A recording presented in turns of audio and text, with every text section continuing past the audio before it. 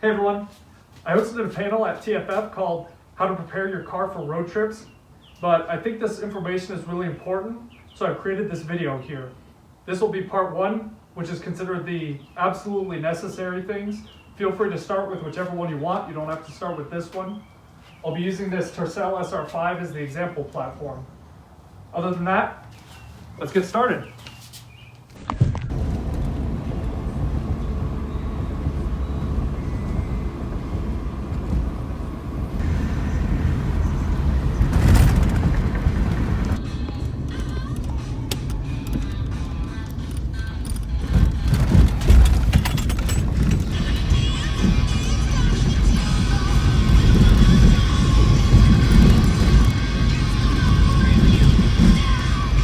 Here we are out in the woods because my neighbors already think I'm weird. Now, let's say you're on your way to MFF. You hit something in the road and your tire goes flat. So you pull over and you go to your trunk.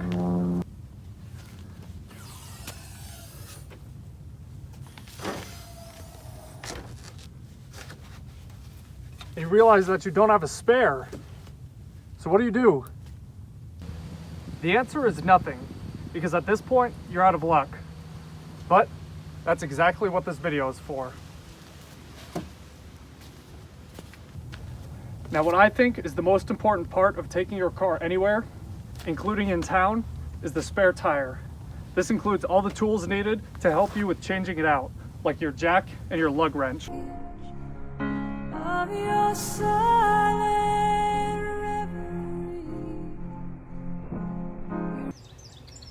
As far as our equipment goes, we start off by inspecting the spare tire. Before your trip, you want to verify that your spare tire, as well as all of your main tires, are in good condition. That means that there's no defects like no nails in them, there's no bulge woes in the side, and the like. For checking your tires, you want to make sure that they are inflated to the correct PSI. Now, this doesn't mean you inflate it to the PSI max that's shown on the sidewall. You need to check either in your owner's manual or on the driver's side door of the car to check what the correct pressure should be. You also need to check to make sure there's no dry rotting on your treads and that there's a good depth of tread left. You can see on this one, it's in pretty good condition, so we don't need to worry about it.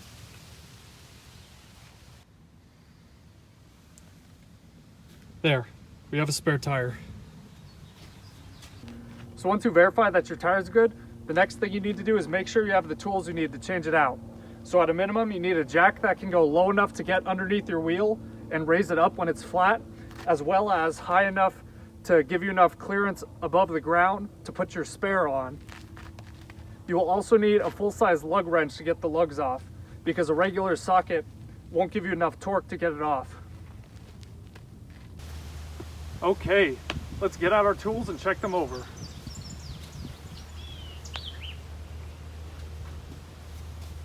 So here are all the tools for mine. We have the scissor jack, we have the key for the scissor jack, and then we have the lug wrench, which is also used as the end for the key. So you need all three of these to operate the scissor jack.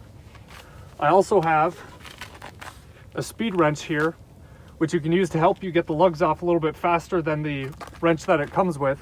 But unfortunately for me, the one that I need is broken, so this won't help me out at all.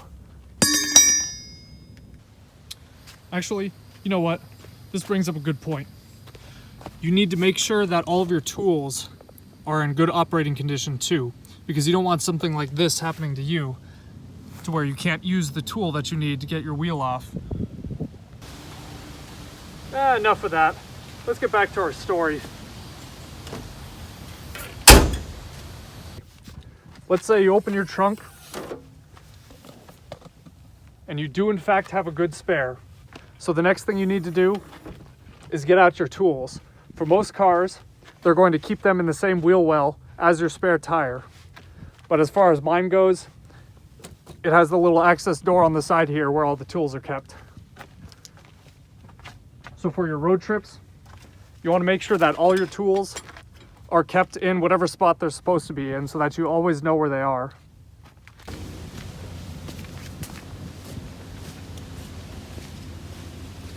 So Let's say you're out here in the woods like I am, or more importantly, you have to pull over on the side of a highway that doesn't have a shoulder. In this case, if you try to use your jack under your tire, it's going to sink down in the soft ground. In this case, it's a good idea to take a piece of wood with you like this one, which is just a small 2x4. You put this under your jack and it gives you a little bit more surface area. That way you have less of a chance of sinking down on the ground. It'll also give your jack a little bit more clearance off the ground. That way, if you need to raise your car up higher, you have a better chance of doing that with the jack that your car comes with.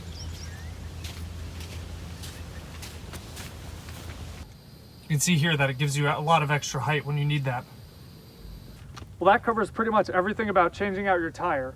You will want to practice changing it on your own with only the tools included with your car. That way you can verify whether or not all the tools you have will actually get it done or not when you're out there on the road.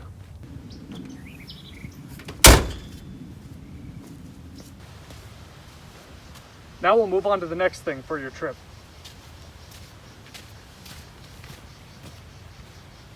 Next up on the list is the windshield wipers. For older vehicles, you first want to make sure that they work. And for everyone else, you want to make sure that your wiper blades are in good condition so that they can perform when you need them to. Next, you want to make sure that all of your lights work. That's your high beams, your low beams, turn signals, hazard lights, everything. You want to make sure all your bulbs are good, because the last thing you need is to get pulled over and given a citation for having some of your bulbs burn out.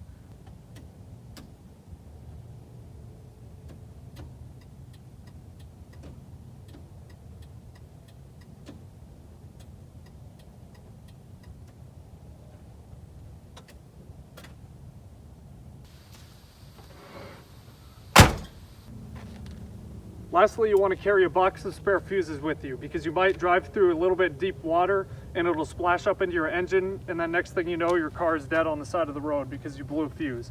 They're very easy to replace, so it's good to keep a small box of replacements with you just in case you need to do just that. Another thing to remember is to not keep anything around your driver's seat, because it has a chance of getting underneath the pedals while you're moving, and then it will prevent you from operating them correctly. Let's go ahead and step inside the car for a second. One last important thing is having a USB car charger for your phone. Now, most new cars come with some type of plug that you can plug it in to charge, so that's not as much of an issue with newer ones, but you at least want to have something that you can charge your phone with while you're going. Oh, one last thing before we head out. You also want to make sure that your registration and insurance don't expire during your trip. As you can see here, I don't have any. Anyways, that should cover everything for this video, so thanks for watching.